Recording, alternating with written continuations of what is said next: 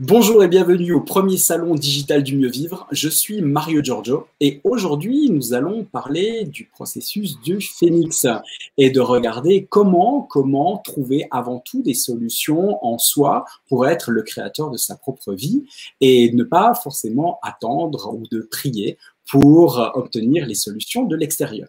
Et pour cela, pour ce faire, j'ai la grande joie d'accueillir à nouveau Jean-Marie Muller. Hello tout le monde, hello Mario. C'est un plaisir Bonjour. à chaque fois d'être nouveau avec le Salon du Mieux Vivre, virtuel cette fois, bien sûr. Mais voilà, exactement. On commence à s'y faire, hein. Exactement, mais d'ailleurs, c'est très phénix. C'est très phénix à défaut de rester finalement dans les cendres d'un événement qui oui, eh bien, on a le choix. On a le choix aussi de continuer continuer d'avancer et de trouver, d'être orienté en mode solution et d'aller chercher les solutions en soi. Oui, absolument. Ça sera un peu la conférence de ce soir, mais à partir d'éléments véridiques. C'est toujours intéressant. Oui. Alors, mon cher Jean-Marie, tu as déjà été ici sur la chaîne des salons et beaucoup te connaissent. Mais pour les personnes qui n'ont pas encore la joie de te connaître, est-ce que tu veux bien nous parler un peu de toi? Tout d'abord, ça va vous faire rire un peu. Donc, je ne suis pas québécois pour les gens. J'habite à Fribourg, en Suisse, parce qu'il y a énormément de gens qui pensent que je suis québécois et qui me contactent. Est-ce que tu pourrais pas aussi venir en Suisse? J'ai dit non, mais je suis en Suisse. Voilà.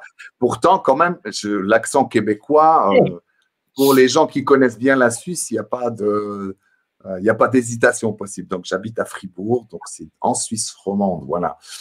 Me présenter, c'est vrai que c'est pas une mince affaire parce qu'à chaque fois, il a la façon, on va dire, traditionnelle, et puis il y a la façon où je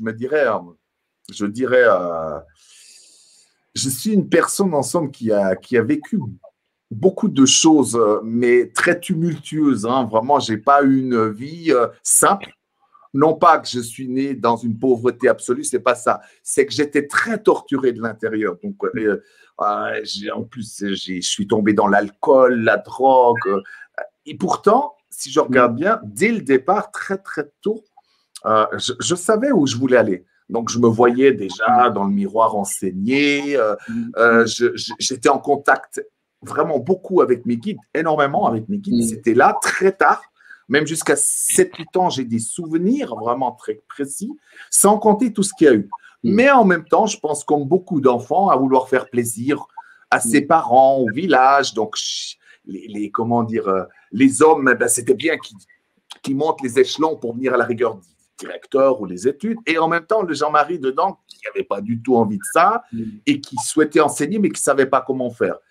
Et tout ça avec un petit mélange, on va dire, comme je me sentais mal un peu partout, très timide, ensemble j'étais très timide, j'étais tout le temps chamboulé, donc vraiment très torturé. Alors il y a eu des beaux moments aussi, mais j'ai vécu des choses difficiles.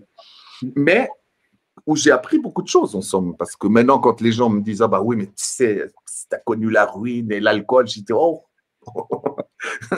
Donc si je regarde bien, j'ai un merveilleux… en somme, c'est là où j'ai été extrêmement brillant, c'est que j'ai bien réussi mes échecs. Les uns après les autres pendant des années, des années. Mais bon, moi, j'aime plus utiliser ce mot échec parce qu'on est là en apprentissage. Je crois qu'on a perdu la notion qu'on est là en apprentissage et que cette histoire d'échec, après, on arrive à succès, pour arriver à un autre succès, on est à quelque part toujours presque en compétition, comme on nous a éduqués, et ça nous rend malades parce qu'au bout du compte, vous savez comment ça va avec ces histoires. C'est qu'un jour, on arrive là où on voulait arriver, il y a nouveau quelque chose de plus loin, il y a toujours quelqu'un avant nous, quelqu'un après nous. Bref, ces histoires nous amènent à nulle part parce qu'on se compare et finalement, au bout du compte, on est chacun unique. Et c'est ça qu'on a besoin de voir. Alors, dans ce que je suis, c'est à la fois, je suis quelqu'un qui vraiment, je sens profondément envie de donner la main à chacun pour qu'il retrouve sa puissance, pour qu'il retrouve qu'il ose briller, qu'il ose être, et avec toutes les parties de lui. Justement, pas dans une fausse modestie, mais en osant être debout, simplement debout. Un être humain debout, et qui ose se voir grand, beau, magnifique, tout en sachant, bien sûr, et ça c'est les deuxièmes points, c'est que je travaille aussi, j'aime travailler, aider les gens tout en travaillant les blessures, à pacifier l'ego. Et aussi, ça c'est le côté extrêmement concret, précis, mais aussi cette connexion qu'on a avec les guides qui me semble être, j'ai dit, même si vous n'y croyez pas, imaginez que vous avez un immense bonus. Prenez-le. L'histoire, c'est pas d'y croire ou de pas y croire, prenez-le. Ces aides sont là pour nous aider et actuellement, plus que jamais, le contact est de plus en plus fin et proche et on a besoin. Voilà, avec peut-être une nouvelle dimension qui arrive à la fois d'auteur, puis à la fois d'une personne qui se dit vraiment on a besoin de faire ensemble. Cette idéologie que la spiritualité c'est seul dans son coin et qu'on avance, je crois que ça aussi, on peut laisser de côté les cavernes. On a besoin de se fraterniser, d'être ensemble. Regardez, comme ça, moi ça me manque. J'ai vu dans le premier confinement, je me souviens dès qu'on a déconfiné, le chien qui aboie, les enfants qui chantent au bord de la rivière, j'étais transporté, ça m'a fait pleurer en me disant, tu vois, juste ce petit contact. Ça, c'est aussi un essentiel que j'avais oublié. Tu vois, parce que souvent, on est dans des choses très complexes, puis finalement, toutes ces choses essentielles à la vie, on les oublie peu à peu et on a beau être thérapeute, on a beau être enseignant, souvent, je dis, tiens, mais ça serait bien que tu suives un peu mieux ce que tu dis aux autres. Fais-le déjà pour toi-même avant de… Et puis là, évidemment, c'est oser regarder aussi cette part de lumière dans les événements qui peuvent paraître tragiques ou qui le sont, et aussi, et c'est peut-être aussi l'une de ces nombreuses notes positives de l'expérience collective qu'on est en train de traverser, et aussi au travers de ce que tu es en train d'exprimer, ce que je trouve joli, c'est de parler d'expérience et de rappeler qu'il n'y a pas d'échec. Et qu'il n'y a pas de bon ou de mauvais, et que tout est là, non pas pour se demander mais pourquoi je suis en train de le vivre, mais pour en faire quoi. Et toi, avec ton parcours, c'est aussi ça ce que tu apportes aussi aux autres, hein, c'est finalement aussi de montrer ce qu'on peut faire finalement de toutes ces expériences qui peuvent être aussi difficiles. Donc en tout cas, merci infiniment d'être là, Jean-Marie, et de partager avec nous et avec tout le public tes lumières. Et j'aimerais également remercier toutes les personnes qui sont en train de regarder la conférence en live sur YouTube. Vous avez la possibilité de mettre des commentaires ou de poser des questions directement à Jean-Marie. Et il pourra y répondre soit pendant ou après la conférence. Puis merci également à toutes les personnes qui regardent cette conférence en rediffusion. Tu parlais des Québécois, mais je sais que vous êtes nombreux. Vous êtes là, présents dans toute la francophonie. Vous êtes là sur plusieurs continents. Merci infiniment de nous suivre et merci également de partager tout le bonheur qui est transmis par toutes ces pépites qui sont transmises au travers de ces conférences gratuites. Jean-Marie, je te laisse la parole. Et puis, je reviens vers toi. Ou alors, tu me rappelles. Oui, je te rappelle au cas où je… Tu me rappelles simplement. Non, mais c'est arrivé où tout d'un coup, j'avais vraiment un trou. C'est très, très rare, mais qu'est-ce qu'on fait avec un trou? Eh ben, on peut en faire quelque chose aussi. Jamais rien n'est perdu. Voilà, je reviens et on trouvera des solutions. On trouvera des solutions, oui. Alors, bien sûr, avant peut-être de commencer, j'aimerais aussi déjà remercier toute l'équipe du salon. Je sais que tout ce que vous faites là est vraiment un gigantesque travail pour mettre ça en place. C'est beaucoup d'heures aussi. Mario qui est là à chaque conférence depuis bientôt un mois. Donc, je sais que c'est énormément de choses. Voilà, et puis à toute l'équipe qui œuvre pour que ça se passe. Merci. Voilà, et puis aussi pour être juste, parce que c'est vrai qu'on a parlé des Québécois, j'aimerais aussi parler il y a souvent aussi des gens, justement, des pays francophones sur les îles, même en Afrique, qui suivent, je vois, et qu'on n'oublie personne ensemble, ou en Polynésie, ou ailleurs dans le monde, puisque, effectivement, maintenant, c'est l'avantage aussi justement, d'Internet. Il n'y a pas que des désavantages, parce qu'on essaie toujours de montrer que c'est que mauvais. Non, il y a aussi des avantages. Voilà, il faut juste employer ces outils comme il faut.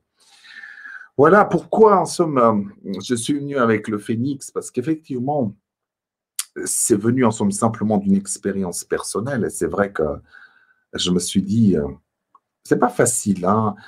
J'ai pris du temps à oser me révéler, à oser le dire, dans tout ce que j'ai traversé. Et en même temps, je me disais, mais écoute, tu n'es pas seul.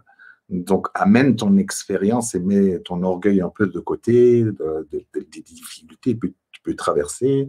Sois le plus honnête possible, parce que c'est aussi ça qui va aider les gens. Alors, c'est sûr que pendant une période comme ça, comment dire, l'orgueil est bien travaillé, y compris l'ego est raboté, parce que comment dire, on s'assouplit, on devient plus, comment dire, plus tolérant, plus compatissant. Et je pense que c'est une bonne chose. Voilà. Alors, bien sûr, toute cette période-là, chacun l'aura vécu différemment. On est bien d'accord. Et puisqu'elle n'est pas encore terminée, le vit encore différemment, plus ou moins.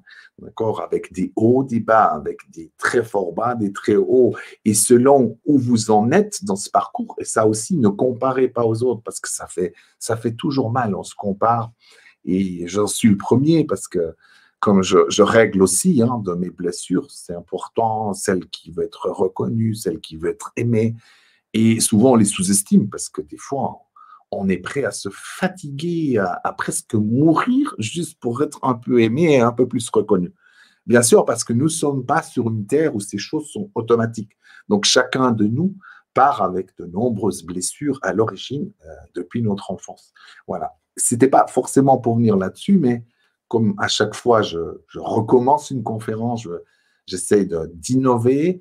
Alors, bien sûr, vous imaginez bien qu'au début, quand on prend l'année passée, quand il y a eu le premier, que le virus s'est déclaré, qu'il y a eu le premier confinement, je me souviens bien, c'était l'heure où j'allais justement, c'était la sortie de mon livre. Et normalement, je devais aller au salon du livre à Paris, tout se présentait bien, il y avait un tas de salons, dont d'ailleurs le salon du Mieux Vivre Seine-Léger et Fribourg. Plus Benat, tout ça a été rondement mené. Alors, vous imaginez que tout d'un coup, en l'espace d'une semaine, tout s'écroule. Tous les salons, tous les stages qui ont été programmés. Donc, alors, on a beau dire, oui, il n'y a qu'à respirer un bon coup, soyons dans la lumière. Sur le moment, toutes sortes de choses arrivent. Il y avait ce qui m'arrivait personnellement et puis après, ce qui arrivait aussi aux autres.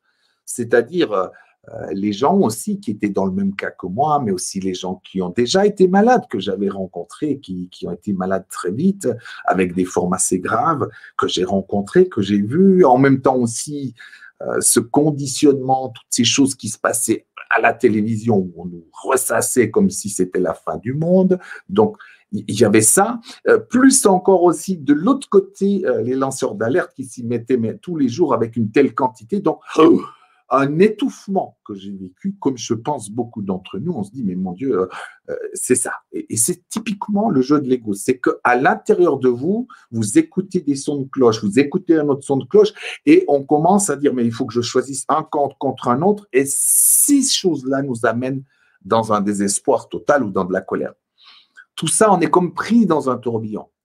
Et avec le temps, tout ça fait qu'à un moment donné, effectivement, tout s'écroule autour de moi. Ben, pour ceux qui ne savent pas, moi, l'essentiel de mon travail est en présentiel et en stage. Donc, vous pouvez bien vous imaginer que ça a mis un coup dans tout ce que je faisais. En plus, ce n'était pas encore, je l'avoue, une période très favorable depuis 2 ans déjà. C'est un petit peu en baisse, où je me resitue, j'essaye de trouver des nouvelles choses. Bref.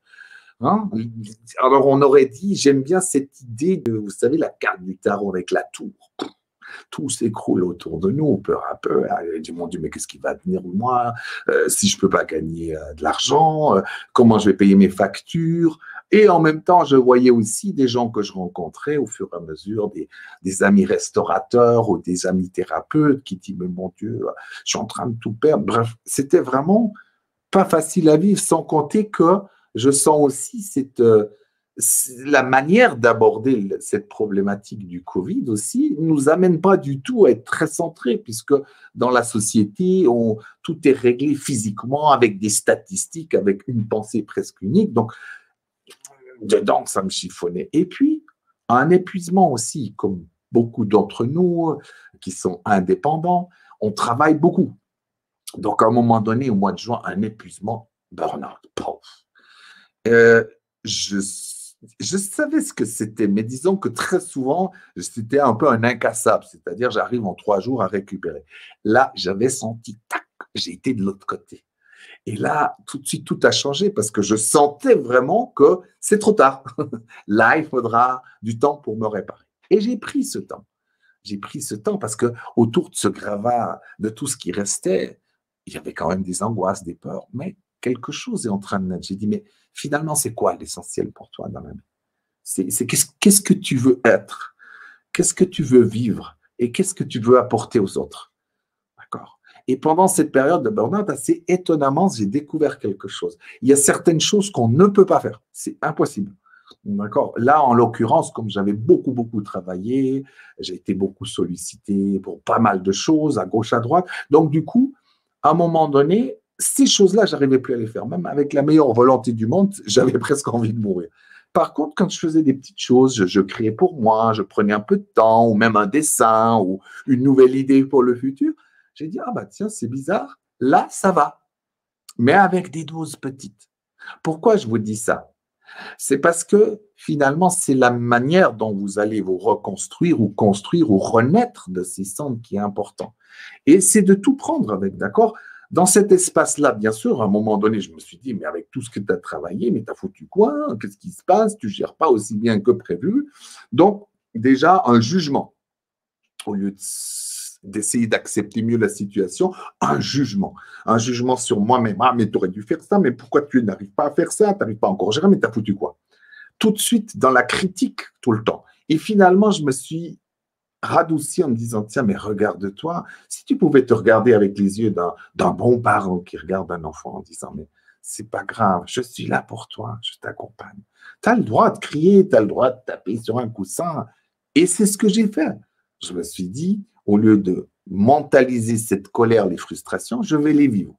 Je ne vais pas les laisser dedans, mais je ne vais pas non plus insuffler ou me vider trop sur les gens. Je l'ai quand même fait un petit peu, bien sûr, parce que des fois, ça nous brûle, mais ce n'est pas la bonne solution.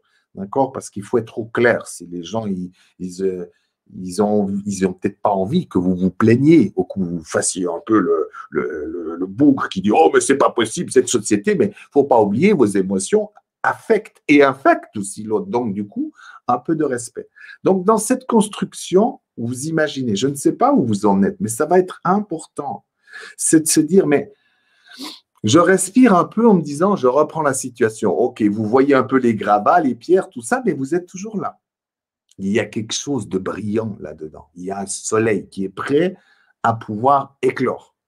Ou qui a bien sûr, pour la plupart, vous avez déjà fait du chemin, donc qui est là, mais que souvent, par nos blessures, dont on n'a pas conscience, par nos peurs, par la fuite, souvent, d'être responsable, fait qu'à un moment donné, on s'éloigne un peu de ça. Donc, on court, comme on dit, à gauche, à droite, à faire des choses et d'autres. On remplit notre temps, mais on se dit, bon, non, mais c'est normal, c'est ma passion, je suis enseignant, je suis thérapeute. Mais est-ce que ce remplissage peut aussi être dû parce que peut-être vous avez encore des blessures là au fond et qui fait qu'on remplit? Si vous remplissez même avec vos passions, mais que vous êtes en bas, à quelque part, vous vibrez, vous êtes vide, à un moment donné, il faut se poser la question de rallumer la flamme, d'accord? De sentir que quand on fait quelque chose, il y a ce petit, cette flamme de joie, ce bonheur de faire les choses, ce bonheur à la rigueur d'enseigner, ce bonheur-là. Quand vous l'avez perdu, eh bien, il est temps de se poser la question. Ça veut dire peut-être que vous êtes en train de faire des choses et vous êtes en train de prendre un rythme qui est dû à vos plus grandes blessures. Et comme je pense pas mal de personnes dans cette période très particulière, beaucoup, on se dit, mais je ne comprends pas ces émotions aussi fortes. Des fois, je vis un désespoir, j'ai presque envie de mourir ou j'ai envie de tuer des gens. Comment ça se fait? La chose déjà à comprendre, et vous verrez que là, c'est le génie de nos créations et de la vie, c'est qu'en réalité, rien n'a été mis dedans à ce moment. C'est cette situation très particulière qui a fait que émerge à l'intérieur de nous justement, ces parties, on parle d'ombre, je préfère presque parler de parties encore en, comment dire, en souffrance, des parties encore immatures, donc qui sont en cheminement et qu'on a besoin d'aller chercher, même si ça nous est désagréable en disant, mais je sentais que j'avais une partie de moi, je me suis dit, même d'y être quelques secondes dedans, ça me semblait impossible tellement ça fait mal. Eh bien, croyez-moi, grâce au burn-out, j'ai pu y aller dedans. Mais plus avec l'acceptation, dire, OK, ressens, pouf, je suis parti en larmes. J'ai accepté ça, dire, mais qu'est-ce qui se passe? OK. Et c'est des parties de moi que je vais découvrir, des facettes. On parle d'enfant intérieur, mais vous savez, il y en a beaucoup, le médium, le chaman, l'enseignant, l'artiste, l'amant. Tout ça, ce sont des facettes à l'intérieur de nous que notre âme utilise pour vivre des expériences. Donc parfois, on a, je dirais même, c'est une des missions principales sur Terre, c'est qu'on en ait conscience. Et c'est qu'on va aller chercher. Donc s'il y en a une qui souffre tellement, c'est temps d'aller la chercher, dire mais qu'est-ce qui se passe à l'intérieur de toi? Admettons que c'est un enfant que finalement je m'en suis jamais vraiment occupé ou pas assez.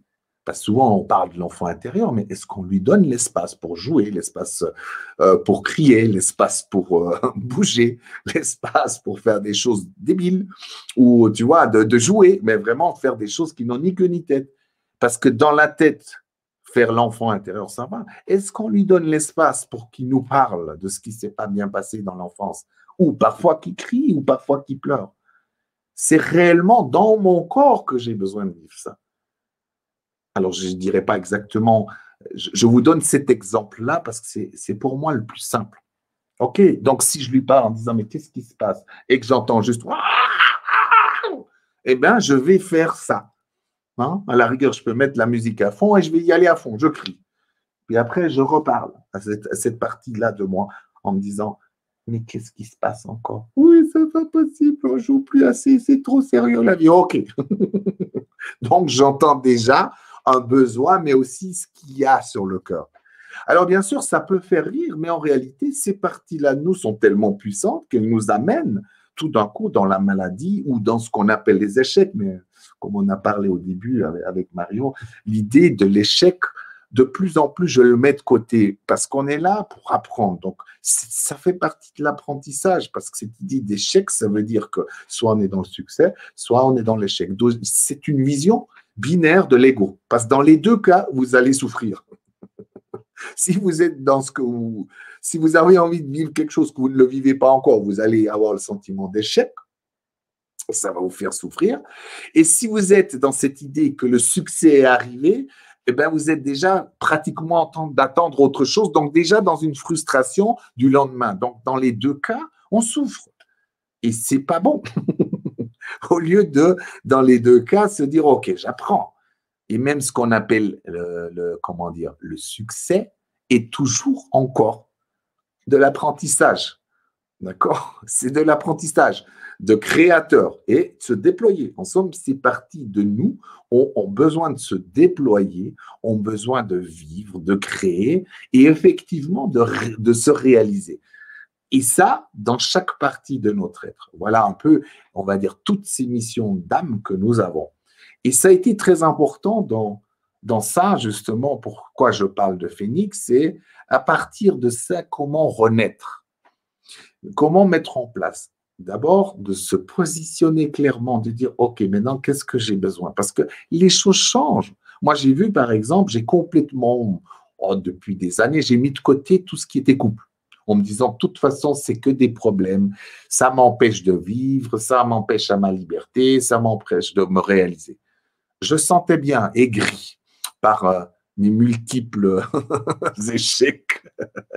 Je dis ce mot parce que je le voyais comme ça.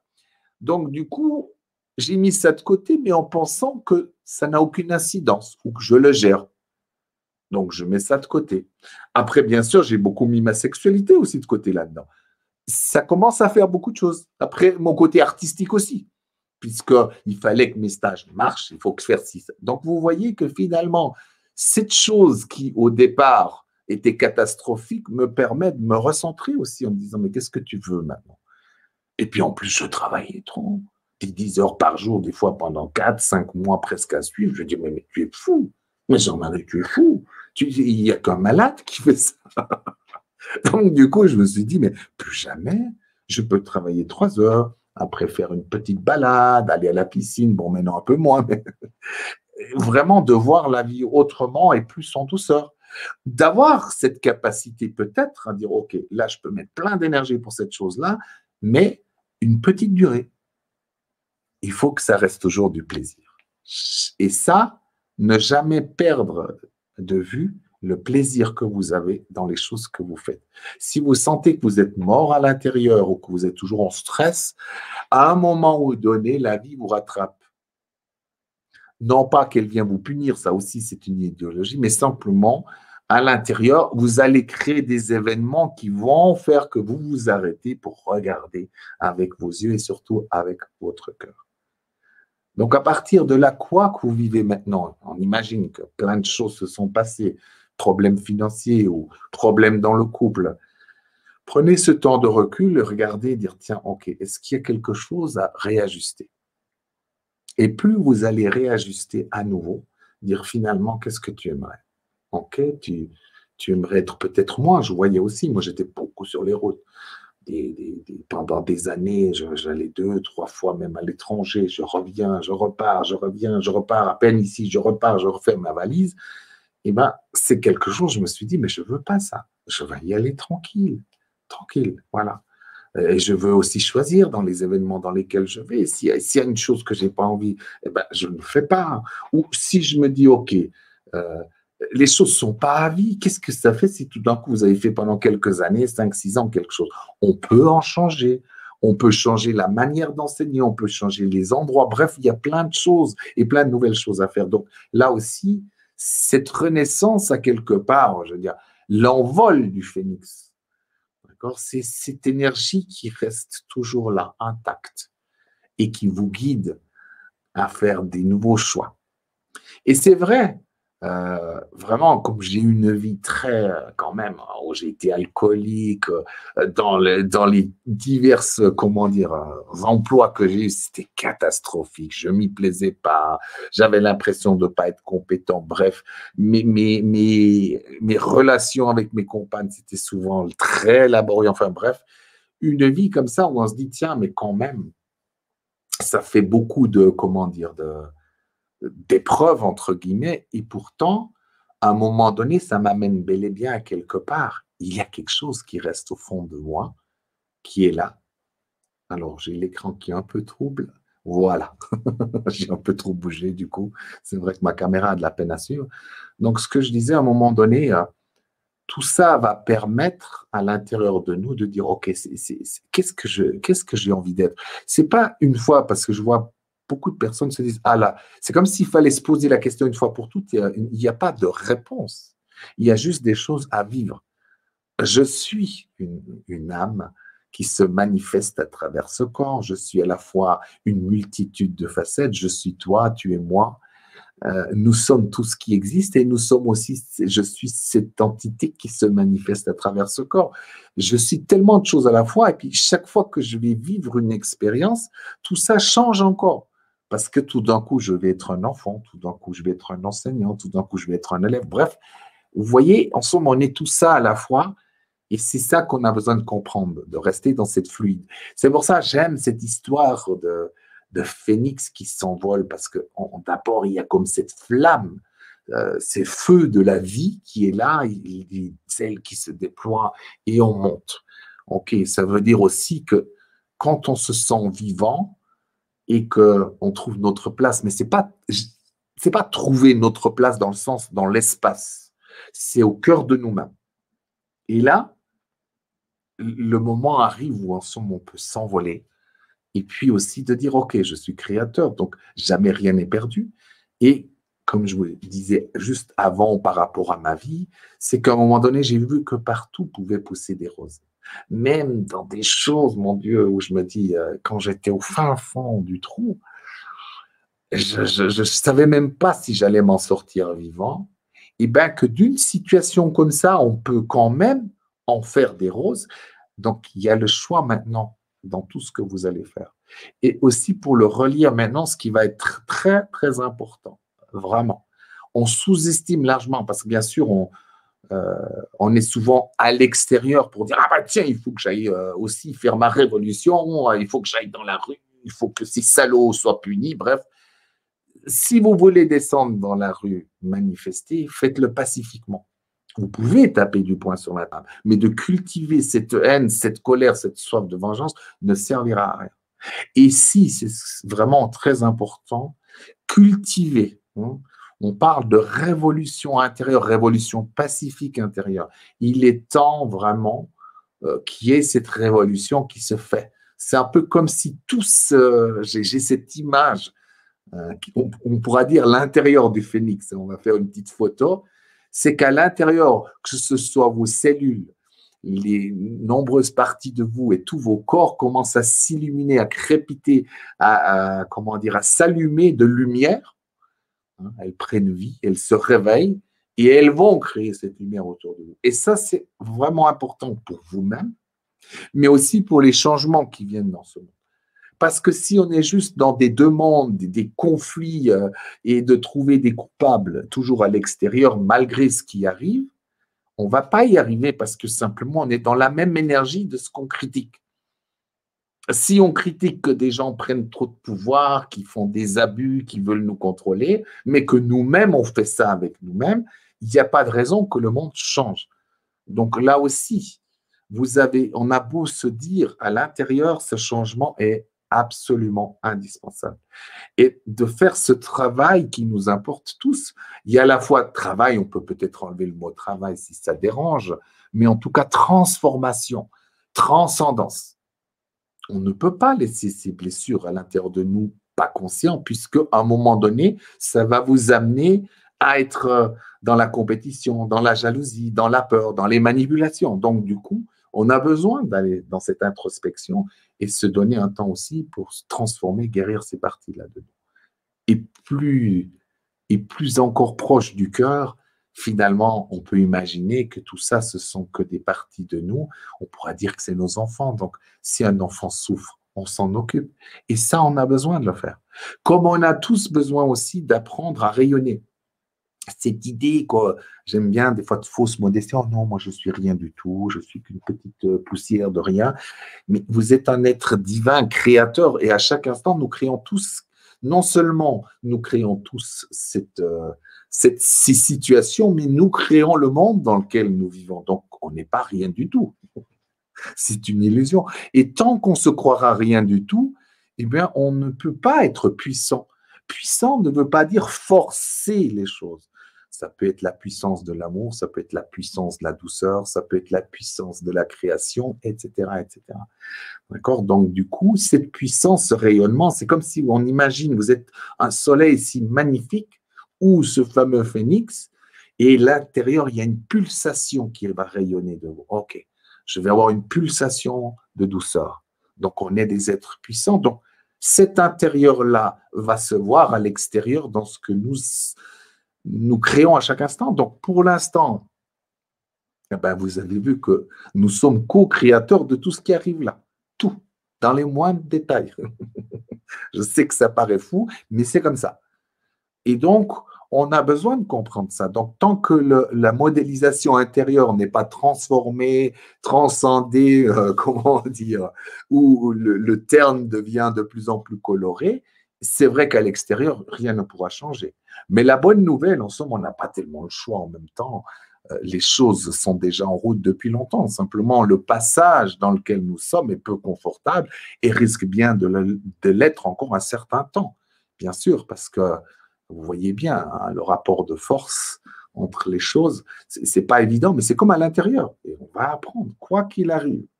Quoi qu'il arrive, c'est de cultiver cette magnifique lumière, ce magnifique phénix que vous êtes, chaque jour, comme un jardinier qui va arroser. Alors, bien sûr, ça demande 2-3 petites choses. C'est déjà, moi j'aime bien prendre l'exemple des enfants. Regardez, ils font très bien les choses pour être en bonne santé, lumineux et flamboyants.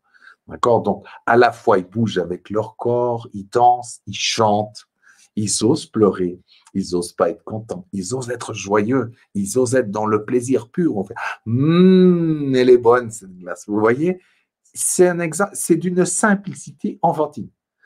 Après, il faut mettre un peu plus loin tout ce qui est technique de bien-être, de santé. C'est génial, mais il y a un mode de fonctionnement qui va permettre qu'on soit tout de suite déjà mieux. Puis, il y a ce temps où on se regarde, où à l'intérieur, on va voir ce qui ne va pas. Mais à l'origine, vraiment, quelle partie de nous a quelle blessure? Et on va s'en occuper comme on s'occuperait d'un enfant. Et du coup, on va rentrer dans une dynamique nouvelle qui va faire que forcément, on s'illumine et comment dire, on ouvre ses ailes, on s'en met.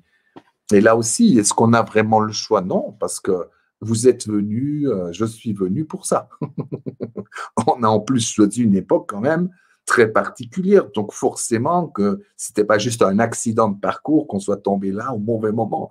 Non, on a choisi parce qu'on sait qu'on va pouvoir évoluer, qu'on va pouvoir contribuer à un projet en somme magnifique, mais pour ça, effectivement, on a besoin que cette lumière, disons, qu'on rayonne cette lumière. On est ça, hein, la source, notre âme est toujours ça. D'accord? Mais c'est sur Terre que cette lumière a besoin de passer à travers chacun de notre corps, de nos facettes à l'intérieur, que nos émotions ont besoin de circuler, comme nos pensées aussi. Et d'ailleurs, sans mettre de côté les pensées négatives, parce que cette idée aussi que c'est pas nous ou que ça nous appartient pas, des fois, je trouve ça bizarre, puisque c'est quand même une partie de moi. C'est comme si mon enfant disait des choses terribles. Oh, je ne veux plus vivre, je te déteste. C'est pas pour autant que je vais l'écarter de moi. Au contraire, ça devrait me rendre bienveillant, compatissant, en disant, mais tiens, viens, raconte-moi ton histoire. Dis pourquoi tu haïs tout le monde, pourquoi tu as de la haine, pourquoi tu veux mourir. Il va vous raconter une histoire. Et en faisant ça, à l'intérieur de vous, vous n'êtes plus dans le rejet de quoi que ce soit. Vous êtes dans l'acceptation. Vous embrassez tout ce que vous êtes. Et dans ce sens-là, il n'y a pas de pensée vraiment négative, il y a juste une souffrance qui génère une pensée et laquelle vous allez pouvoir vous en occuper et en faire aussi des roses. Et plus vous faites ça, plus vous vibrez quelque chose de lumineux, où forcément vous devenez aussi attractif, c'est tout à fait normal. Voilà un peu ce que j'avais envie de dire déjà aujourd'hui. Alors, je ne sais pas, comme on est à 18h, s'il y a des questions ou pas. S'il n'y a pas de questions, ce n'est pas grave, mais au moins que je m'arrête un peu avant la fin. Mais merci Jean-Marie. Alors, pensez à mettre des commentaires, mais donner également des questions. Dans ta conférence, Jean-Marie, j'aimerais reprendre un point que tu évoquais. À un moment donné, tu as dit le passage n'est pas confortable, que ce soit un passage finalement, un mouvement intérieur ou de faire finalement cette traversée par rapport à ce qui nous entoure. Est-ce que le fait d'être dans une société occidentale qui est tellement orientée gagnant, perdant, succès, traverser une ligne d'arrivée, est-ce que le challenge n'est pas plus élevé ici que dans peut-être d'autres parties du monde qui sont reliées peut-être à autre chose? Je sais pas, je voudrais pas m'aventurer là-dedans parce que si je regarde des gens qui n'ont même pas à manger, qui vivent dans la rue, j'ai vu une émission hier sur un bidonville, sur une île, je ne pourrais pas dire que je souffre plus ou moins. J'ai plutôt tendance à dire, mais mon Dieu, tu es très confortable. Tu vois, en Suisse, on est tranquille. Mais il y a aussi les désavantages. On est au niveau humain, on s'éloignait plus encore de nous-mêmes. Et c'est vrai que ce passage n'est pas confortable, mais la vie n'est pas confortable, si on regarde bien. Soyons honnêtes. J'ai dit l'autre jour, et j'ai vu que ça fait, les gens réagissent parce que j'ai dit le bonheur ne peut être confortable. Et j'aime bien un petit peu, je suis provocateur, j'aime ça. Mais quand même, je pense que cette période peu confortable qu'on traverse, et alors, il y a eu des moments peu confortables, ils ne sont pas tous les mêmes, mais c'est dans ce côté où des fois on s'endort. Le fait de ne pas être confortable, ça ne veut pas dire qu'on n'est pas heureux et dans le bonheur. C'est une nuance, d'accord? C'est juste des périodes de tourbillon, d'accord, où je vais descendre à l'intérieur de moi, je vais vivre des choses fortes. Moi, tout d'un coup, j'avais envie de mourir. Je disais, bah, moi, j'ai pas envie d'être dans une société où on va mettre des masques tout le monde. Moi, j'avais dire, si je dois sortir ça juste pour aller boire un café, pour aller en voyage et tout ça, j'avais envie de mourir. Je l'ai vécu comme ça. J'ai dit, non, je ne veux plus rester. Alors, les gens disent, ouais, t'es un peu excessif. Moi, j'ai trouvé, non. Mais j'ai dit, je ne veux pas de ça. Mais c'est clair, le but, ce n'est pas de rester 3 mois comme ça, à se morfondre. C'est d'oser le vivre, d'accord? Donc, ce n'est pas confortable quand je dis ça, parce que vraiment, j'avais envie de mourir. J'ai pleuré plusieurs soirs à suivre où je me suis dit, mais ce n'est pas possible. Mais j'avais l'impression de devenir fou en me disant, mais où est-ce qu'on va comme ça? Je ne veux pas. D'ailleurs, même quand j'en parle encore comme ça, c'est encore là, parce que on voit bien qu'on nous amène dans une direction, consciente ou pas, certaines personnes ne font même pas exprès, où je me dis, mais attends, et après, on dit, oui, mais c'est pas grave, parce qu'on fera ci, et puis après, on fera ça, et puis ce sera dans l'ère du virtuel. Mais j'ai dit, mais moi, j'ai pas envie de ça.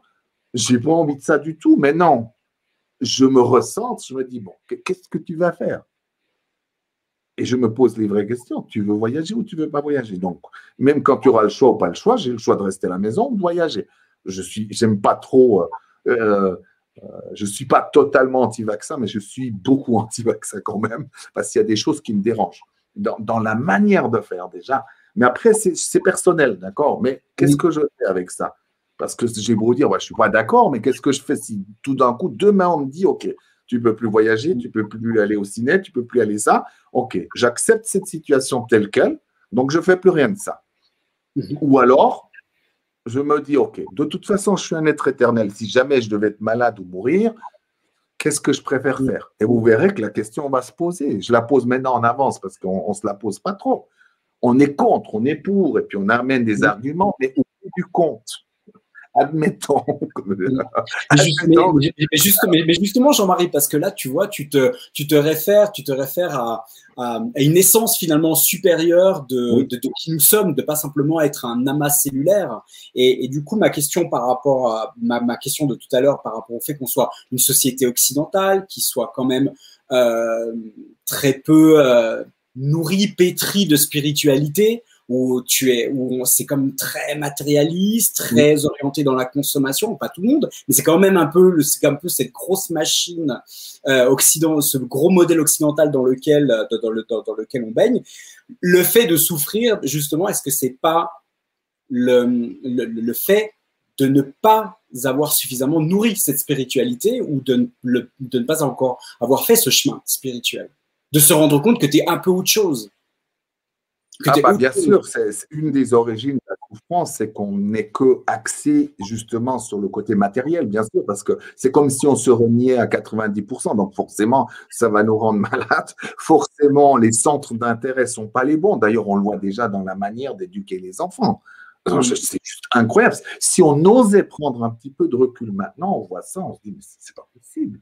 C'est déjà c'est un enfant programmé à être malade, à être diminué, comme on éduque les enfants. Je voyais, les choses essentielles à la vie ne sont pas enseignées, et les choses finalement, tu vois, ça va nous faire de nous de quoi? L'école est prévue pour faire de nous des gens casables dans une place de travail avec un peu d'éducation. Si on regarde bien, si on pouvait imaginer une école autrement, c'est clair. Donc on est très très loin de ça. Et ça génère des souffrances énormément. Moi, je vois dans mon propre parcours, je me sentais en décalage total. Mais après, il n'y a pas que ça. C'est que nous-mêmes, qui avons déjà fait un petit chemin de réveil, on a encore beaucoup de choses où on est justement dans beaucoup de choses. Beaucoup de personnes refusent un vrai travail, beaucoup de personnes refusent d'aller dans l'émotionnel. Soyons honnêtes, d'accord? Ou alors on devient très orgueilleux parce qu'on se dit être spirituel. Finalement, est-ce qu'on est si différent des gens qui sont matérialistes? Et ce que je constate, pas tant que ça. Ça veut dire qu'il y a vraiment une plus grosse révolution vraiment à faire du cœur. Pour l'instant, on est trop dans l'intellect du changement, mais il nous manque plus ça parce que sinon, ça ne pourrait pas exister. Tout ce qu'on vit maintenant montre bien, bel et bien, que les gens qui sont dans une démarche, qu'il y a encore vraiment à se concentrer sur l'essentiel. Et c'est ça que dire, c'est que des fois, quand les choses s'écroulent, c'est qu'on n'est pas encore assez dans cet essentiel de la vie, ensemble de la vie. La vie nous propose quelque chose. Si je regarde très souvent, je refuse. Alors, bien sûr, on ne va pas se condamner parce qu'on refuse. C'est juste d'observer et puis de dire, OK, c'est pas grave, j'avance. D'accord? Là aussi. Mais quand même de constater que c'était ça un peu, hein, dans cette situation, je me disais, j'aime bien regarder et je ne me mets pas du tout à côté de tout. J'essaie d'être, si je regarde, on va dire, dans le camp d'une pensée bien unique, tout d'un coup, je l'écoute, je me dis, tiens, c'est bien dit quand même, j'arrive à adhérer, comme dans l'autre aussi. Mais en même temps, je me disais, il n'y a pas un bloc, un autre bloc, du tout. Il y a des choses qui me paraissaient, je me disais, on va dire, dans des gens entre guillemets, un peu plus réveillés à eux-mêmes, à la vie. Mais les conflits sont énormes, les pensées divergent d'une manière que à un moment donné, ça m'a fait souffrir. Parce que je me dis, mais mon Dieu, on n'est pas du tout dans un camp comme dans un autre. Et on a envie de choisir un camp. Et là aussi, on se plante. Parce que dès que tu choisis quelque chose en disant, tiens, moi, je défends plutôt ça, bec et ongle, donc tu vas avoir raison dans ce sens-là.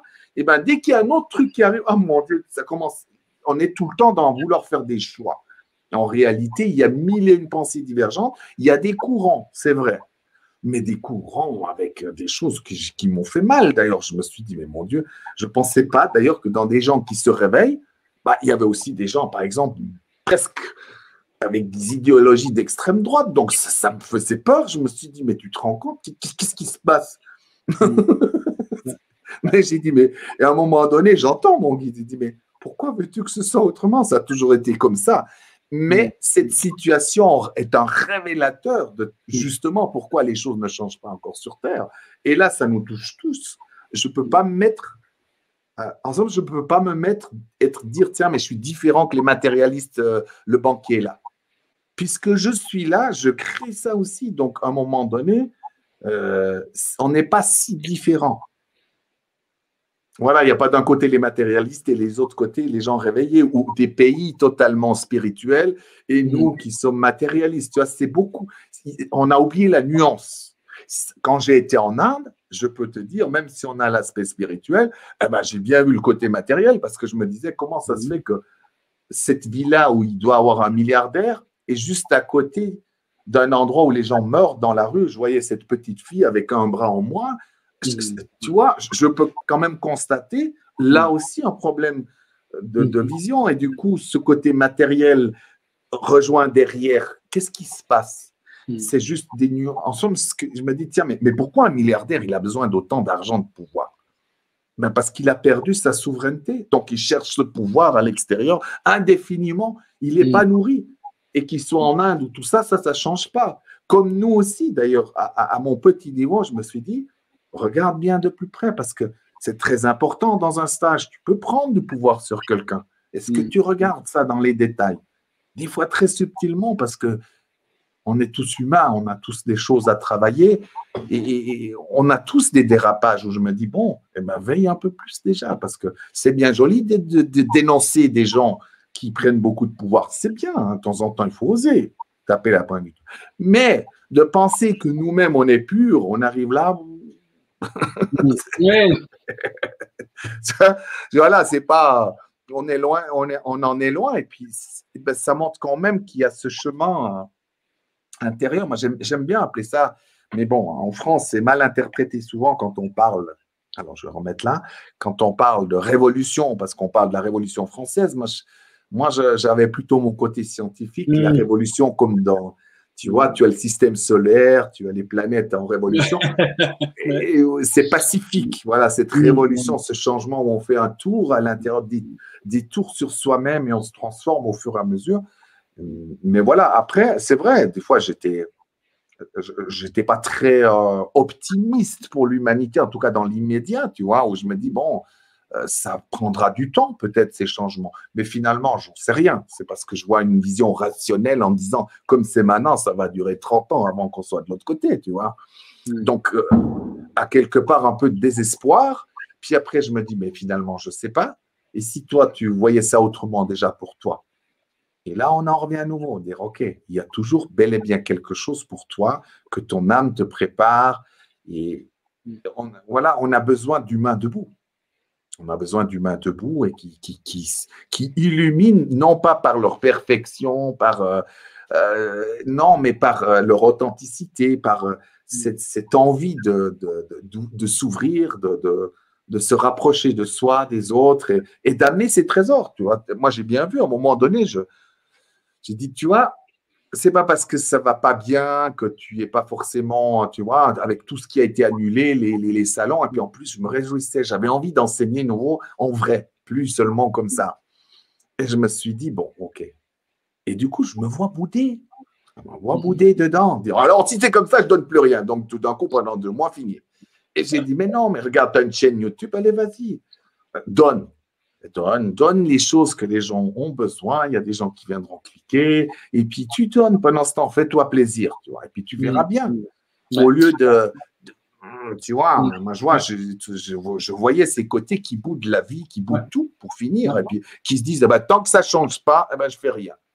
Et si c'est 10 ans comme ça, je fais quoi? Donc, je meurs. mais c'est ça. Alors, dans les différents points que tu as mentionnés aujourd'hui, justement, pour rester cet homme, cette femme debout, mais que ce soit avant de tomber, avant de tomber, ou aussi pour te rappeler, pour te remettre debout.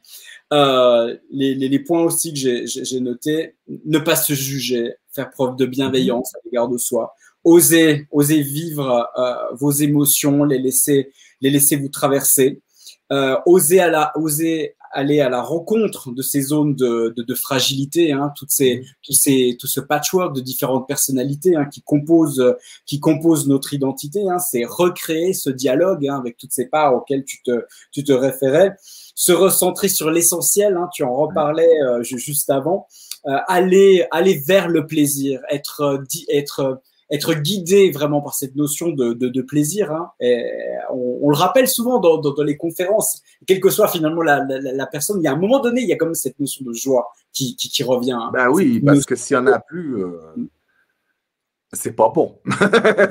C'est le début de la fin, je vois bien. Et puis on a le danger. Moi, je suis quelqu'un de passionné. Donc, des fois, il me faut du temps de dire, tiens, oui, d'accord, ok, tu es passionné.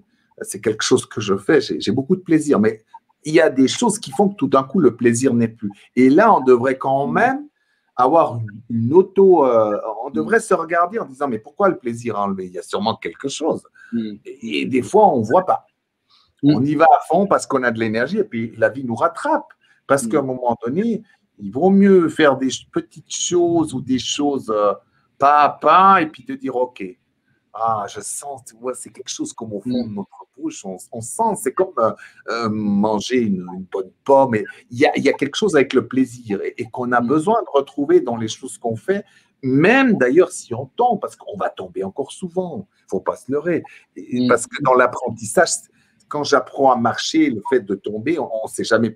Quand on était enfant, on ne s'est pas dit, ah merde, je suis nul, je suis tombé. On pleure, on crie à la rigueur, ou on appelle maman. Vous voyez, c'est très instinctif. Pourquoi on a perdu ça? Quand j'ai vécu ça, tout d'un coup, à un moment donné, j'ai dit, pleure. Arrête de tergiverser, pleure. Après, j'entends comme un enfant qui se plaint. Ok, tu vis ça, mais bien à fond. J'ai remarqué que tu peux passer de l'autre côté rapidement. Parce que tu as vécu sans rien refouler. Et c'est ce qui nous fait peur. On serait prêt même à inventer des techniques où il n'y a plus à aller dans le corps, il n'y a plus à oser vivre les choses.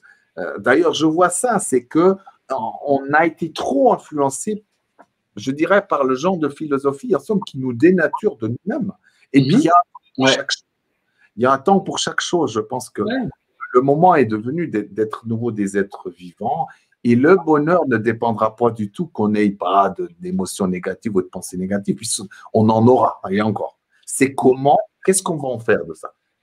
Et à un moment donné, on va faire les choses de plus en plus justes par rapport à tout ça, mais sans les enlever, dire, tiens, je suis sur la terre, de toute façon, j'aurai encore peur, de toute façon, il y aura des moments où j'ai de la colère. Alors, bien sûr, le but, c'est pas d'être nourri, envahi par la colère, mais que je puisse avoir une situation qui fait où ça monte, c'est normal. Et si vous la vivez bien et équilibré, si possible pas contre les autres, d'accord, eh ben, on va être heureux plus facilement. Hein, on s'éloigne de cette idée quand j'aurai plus de colère, quand j'aurai plus de peur, quand j'aurai plus de pensées négatives, je vais être heureux et bien. Eh ben, si vous faites ça, c'est le début de la fin parce que ça va vous faire souffrir parce que il faut juste pas oublier, on est sur Terre. Donc, ce n'est pas l'autre dimension dans laquelle on vit dans l'extase continuelle. Ici, ce n'est pas la même expérience. Voilà, riche, avec quelques… Justement, c'est pour ça que l'idée, je crois que c'est comment… Alexandre Jolien, voilà, qui parlait du bonheur, que le bonheur ne pouvait pas vraiment être confortable et que les gens souvent le pensaient que c'était confortable. Ou que ce soit un peu comme une ligne d'arrivée. Oui, voilà. C'est vraiment faire la paix avec cette notion de ligne d'arrivée. C'est vraiment d'oublier qu'il n'y a pas à un moment donné une ligne, des ballons, des gens qui t'attendent pour te dire bravo, super, cette fois-ci tu y es, tu l'as atteint, le bonheur. Cette fois-ci c'est bon. À partir du moment, il n'y a que du bonheur. C'est une ligne droite. Non, c'est terminé, c'est une droite. Mais déjà, comment cette révolution pacifique auquel oui, j'aime bien ce mot. C'est accepter déjà de faire ce voyage à l'intérieur de soi. Oui, et puis je voyais aujourd'hui de la vie. Je sais plus que j'ai entendu une personne qui disait, et puis je voyais comment on était encore attaché à la récompense aussi. Il disait, oui, mais tous les gens qui sont vraiment réveillés, eux, resteront sur Terre et puis vont avoir le retour. J'ai dit, mais tu sais, en réalité, ce genre d'idée, c'est ce côté récompense. Mais je veux dire, même la vie, tu peux être là dans une démarche et mourir demain parce que c'est un choix, une création que tu as faite, d'accord? Pour X raisons. Mais ce n'est pas parce que tu as fait ce chemin-là. D'ailleurs, je me vois souvent dire, après tout ce que j'ai fait, j'ai l'impression d'entendre ma mère, je dis au guide, après tout ce que j'ai fait, c'est ça la récompense. Je vous conseille vraiment, faites-le, ce genre de choses, parce que vous allez apprendre sur vous-même. Qu'est-ce qui vous tient? C'est clair. Moi, je vois, c'est quelque chose qui est très fort dans notre société, la récompense.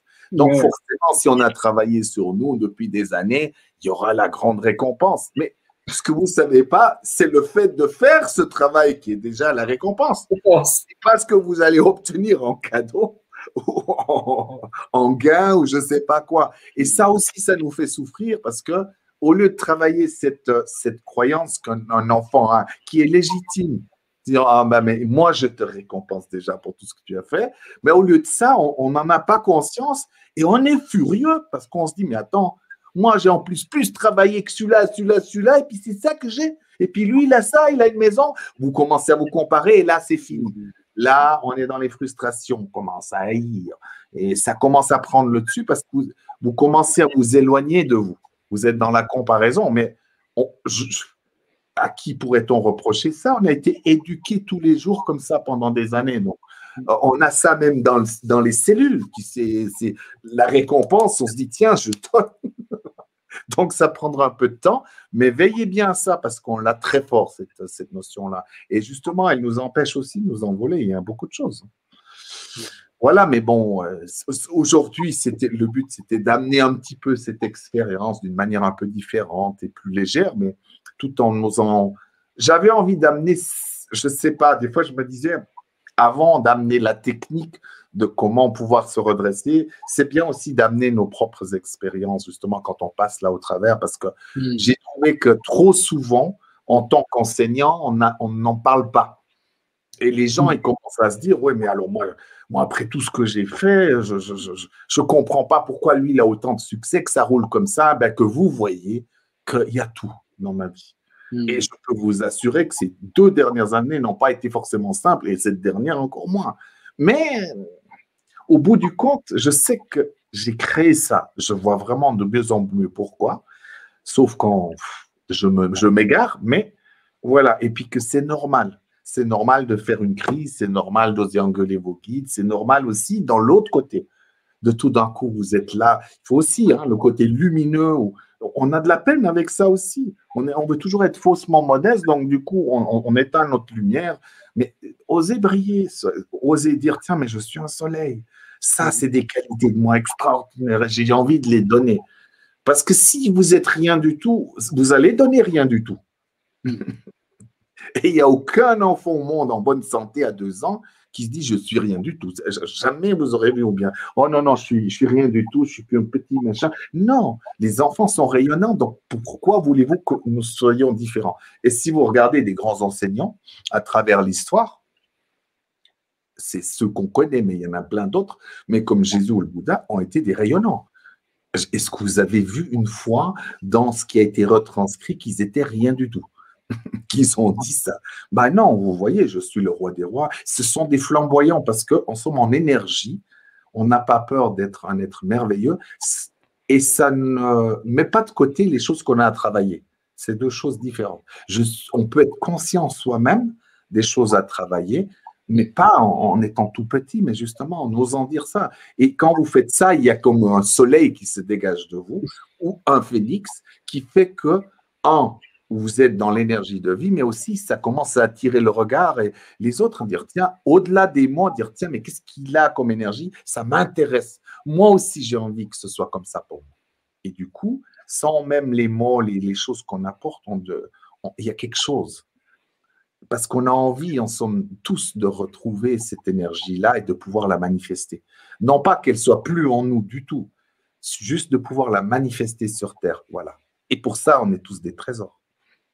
Eh bien, je crois qu'on pourra dire que c'est un peu le mot de la fin, Jean-Marie, le fait que l'on soit tous que l'on soit tous des trésors. Osez votre grandeur, osez rayonner, osez vous relier à tout ça. Je vous rappelle que ce soir nous étions avec Jean-Marie Muller. Vous avez plein d'informations dans le descriptif de la conférence pour le retrouver sur les réseaux sociaux, sur son site internet. Je vous invite aussi à découvrir. Je le montre du coup puisque tu avais merci. le oui. Voilà, la puissance de l'être de Jean-Marie Muller pour comprendre, transformer et réaliser votre vie aux éditions Guy Trédaniel. Merci beaucoup, merci infiniment pour cette invitation. Et puis oui, je vous invite aussi d'aller sur la chaîne YouTube justement pour que j'ai un peu moins boudé. Donc je fais tous les 3 jours, il y a des vidéos sur beaucoup de thèmes, que ce soit au niveau de personnel, mais aussi sur la médiumnité. Vraiment, vous allez voir, il y a plein de choses qui vont arriver. Et ça, c'est accessible pour vous tout le temps. Donc n'hésitez pas à vous abonner. Voilà, merci en tout cas. C'est toujours un très beau moment. Tu m'inspires beaucoup de la joie, Mario, c'est vrai. Quelque chose je crois qu'on a le même ressenti. Oui, c'est que quand je te vois, je suis content. Voilà, c'est super. Alors, on est les deux. En tout cas, merci infiniment, Jean-Marie. Tu voulais encore ajouter quelque chose par rapport à… Absolument, pas du tout. D'accord, ok, super. Alors, merci infiniment aussi à toutes les personnes qui sont encore en live ici et qui nous ont suivis. On était aujourd'hui avec Jean-Marie Muller. Si vous avez aimé cette conférence, si vous pensez qu'elle peut faire du bien à quelqu'un qui a besoin un peu de renaître de ses cendres ou qui est juste au point de, juste avant de tomber et qui a besoin d'une impulsion justement pour ne pas arriver à ce stade-là, eh bien, partagez cette conférence, partagez ces pépites de bonheur et mettez également un commentaire sous cette vidéo. Merci infiniment de liker et puis de vous abonner à la chaîne des Salons du Mieux Vivre. Mon cher Jean-Marie, merci beaucoup d'avoir été là. Oui, merci. Merci à vous tous. Bye bye.